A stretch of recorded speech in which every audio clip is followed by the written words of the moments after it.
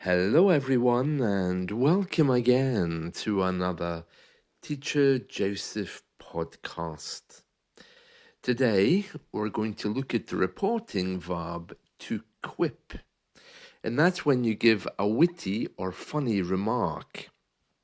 Now, for some reason, to quip doesn't appear in many of the grammar books.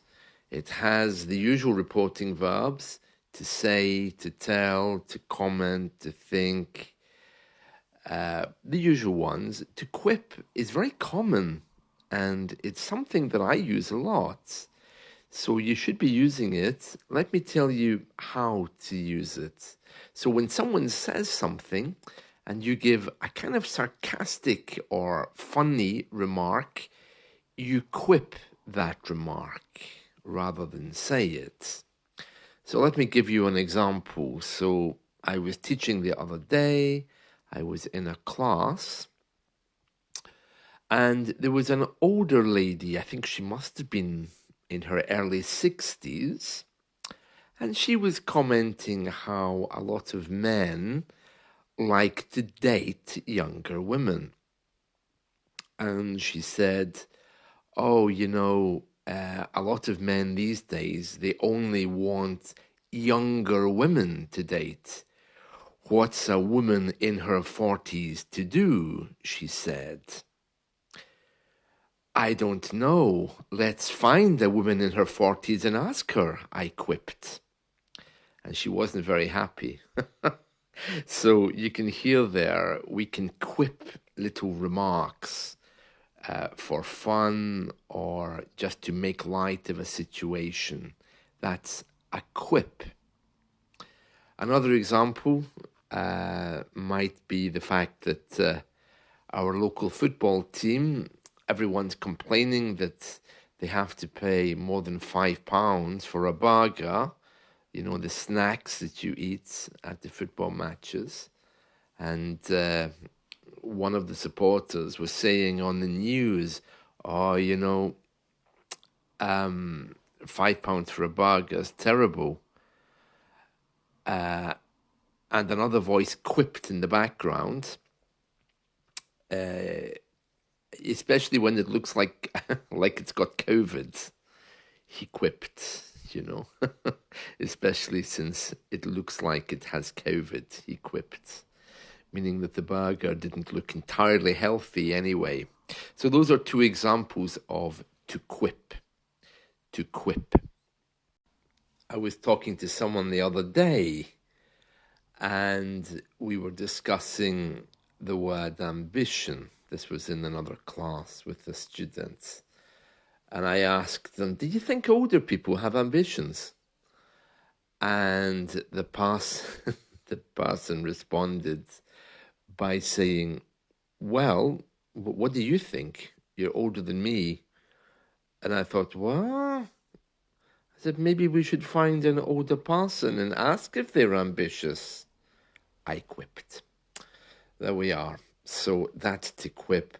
Oh, in other news today, I see David McCallum's passed away.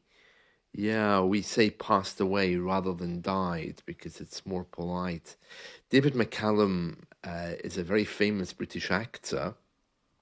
You would know him. He was in the original TV series, The Man from U.N.C.L.E. He played the part of the Russian guy, the blonde-haired one. I think that is it Ilya Kuryakin or Ilya Kuryakin? I don't know how to say it. Okay, but he was the Russian guy in The Man from U.N.C.L.E. supposedly. He was in loads of things. He was in a really bizarre sci-fi show here called Sapphire and Steel with Joanna Lumley. That was the most bizarre TV show. It was the 70s. It was really bad acting and a little bit wooden and cardboard, as we say, when the show isn't very strong. But he's very famous here. Actually, he came from this area somewhere. He had the same kind of background as me in that he was born in Scotland. His parents moved to England when he was very young. So he was educated there. Very nice person. Many people don't know that he also had a number of records. He had a few hit records back in the 60s and 70s. He sang on a few of them, but he was more famous for playing instruments. Yeah, he was a real classically trained musician. A very interesting person. Yeah, so his last big role was in NCIS. I don't know if you know that NCIS. He was the medical examiner, I think, on that show. He left the UK many years ago. He was a naturalized citizen into the USA, and that's where he died. It says here that he died at the New York Presbyterian Hospital. I never understood why Americans needed to define buildings by some kind of religious tag. New York Presbyterian Hospital. Okay, so he died in hospital. Yeah, that's all we need to know. A week after his 90th birthday. Oh, 90, that's a good age, isn't it? Yeah, Sapphire and Steel was his contribution to science fiction. It is known as being a cult classic sci-fi TV show. So if you like science fiction, you might like Sapphire and Steel. It was really odd. It was hard, I think, for them to make it, and it's very hard for me to describe what the show was about. But basically, they traveled through time repairing holes or repairing damage to the time tunnel. Okay. And that sounds like quite a good kind of plot, doesn't it? But if you try to watch it, it's kind of haunting and bizarre. It's not a funny TV show. It's very, very gloomy and serious. The program centers on these two people who are known as interdimensional operatives, and no one really knows what their purposes are or what their backgrounds are. They appear to be two gemstones, even though they're in human form, and they're guarding the flow of time. And they're two of many elements that assume human form, and they're sent to investigate strange events, along with their friends Led. It's a little bit strange. And they also have another character. He's like a big black guy who's known as Silver, and he can melt metals in his hands. So they kind of like call on him when they need him. In the series, it's explained that time is a progressing corridor or tunnel that surrounds everything, but there are weak spots where time can break into the present and take things, and so people vanish in it, and they have to enter time to get the person back without damaging themselves or the other people in it. And there's also creatures which roam the corridors of time looking for the same weak spots to break through. Oh, I can't believe that I actually made it sound interesting, because when I tried to watch it, it's incredibly dull, especially the scripts, which are a bit weak, because Sapphire and Steel, this man and woman, they kind of just appear like ghosts, and kids are often afraid of them. And the woman, Sapphire, she's kind of like maternal, and she always makes the kids feel calm.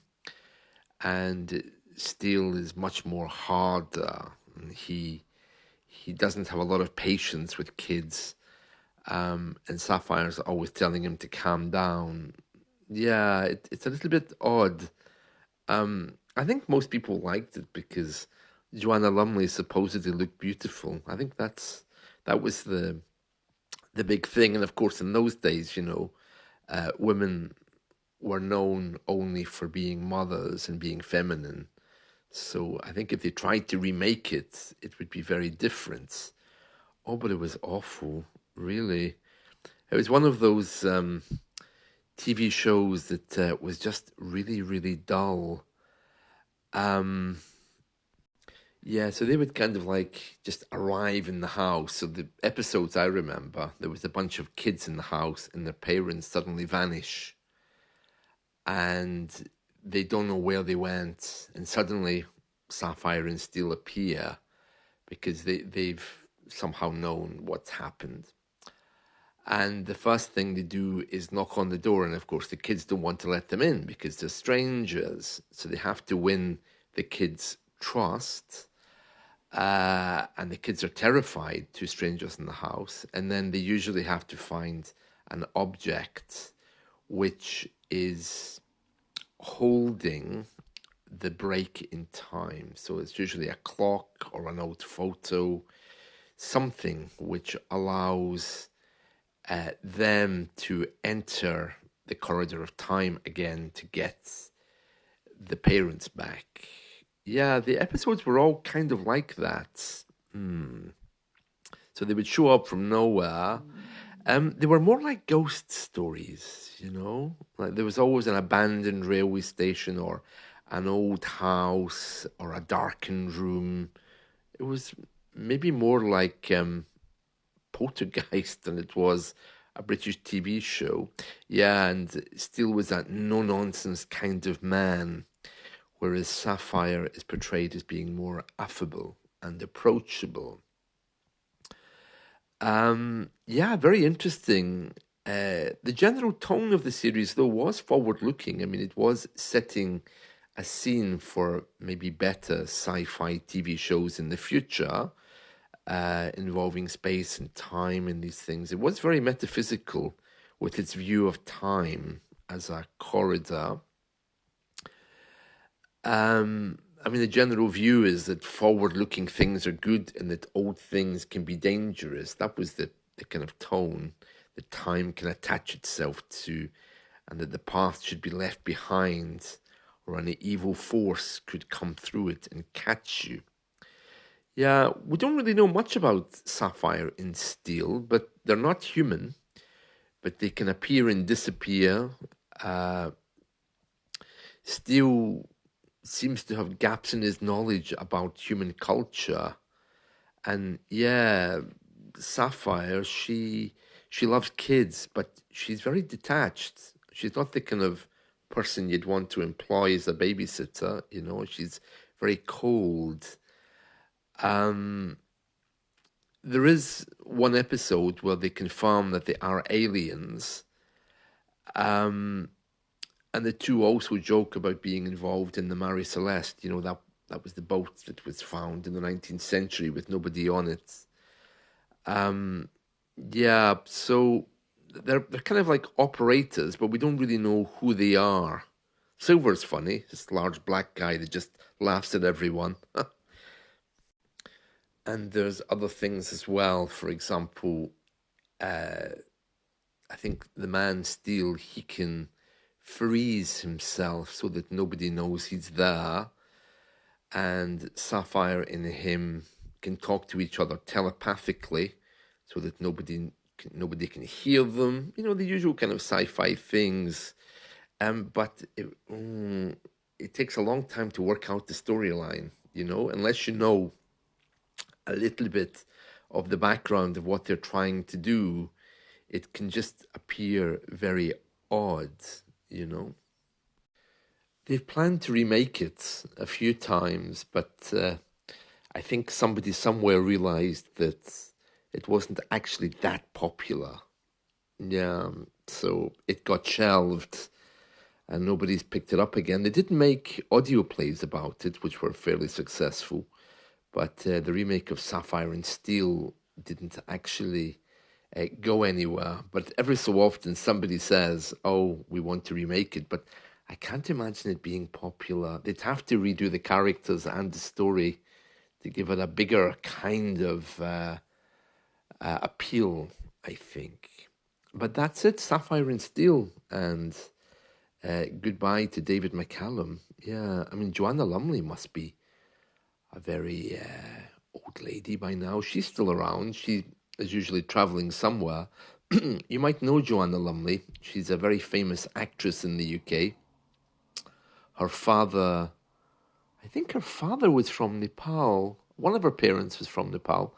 I think it was the father, and he served in the Gurkha, the Nepalese army, and she's always fighting for the rights of Gurkha families living in the UK because they had the right to remain here.